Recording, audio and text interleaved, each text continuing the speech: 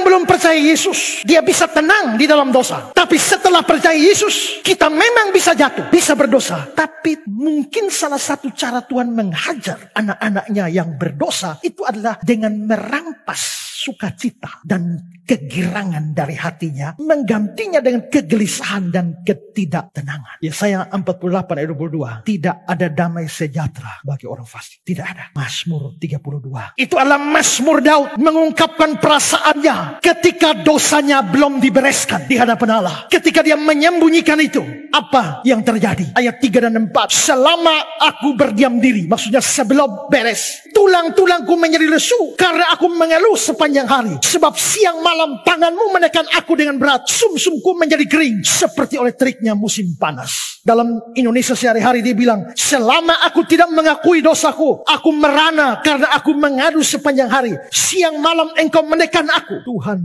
tenagaku habis seperti diserap terik matahari. Ketenangan hilang dari dalam hati orang berdosa. Sebagai gantinya bisa rasa takut. Coba lihat Amsal 28 ayat 1. Orang fasik lari walaupun tidak ada yang mengejar. Kalau lari karena orang mengejar ya lumayan. Ini tidak ada yang kejar, kita lari. Kenapa? Ini berarti betul-betul gambaran ketidaktenangan di dalam hati. Orang hanya jalan lewat, kita pikir dia buru. Lalu kita lari pontang-panting. Belum lagi rasa bersalah menghantam diri kita. Bukan soal dihukum oleh Allah, bukan soal hilang keselamatan, bukan soal dipecat sebagai anak, bukan soal pembatalan pelunasan hutang, bukan itu. Masalah relasi dengan Bapa. Dan itu membawa banyak akibat. Doa tidak dikabulkan, tidak dijawab. Hajaran bisa datang. Dan yang tidak kalah hebat, ketenangan kita dirampas. Melihat semua ini, itu berarti bahwa dosa-dosa harian kita itu persoalan serius.